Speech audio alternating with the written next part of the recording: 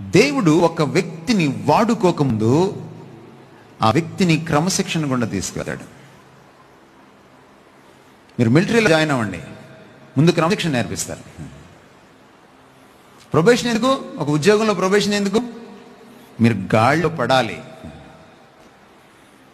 యువతి యువకులు వింటున్నారా? ఈరోజు ప్రాబ్లం ఏంటంటే చాలా మందికి ఒక్కసారి పైకి వెళ్ళిపోవాలి, ఒక్కసారి సింగర్ అయిపోవాలి, ఒక్కసారి సెలబ్రిటీ స్పీకర్ అయిపోవాలి. No, there is no shortcut in ministry. There is a probation. There is a probation.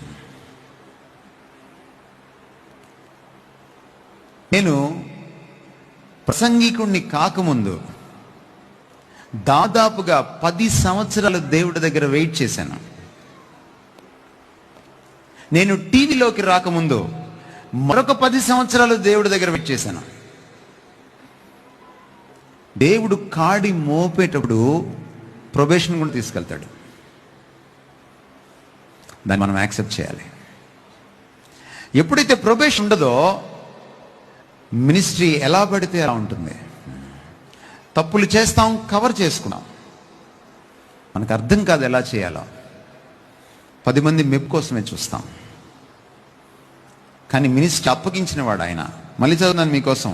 యెహోవాయే ఆ కాడి మోపిన వాడు.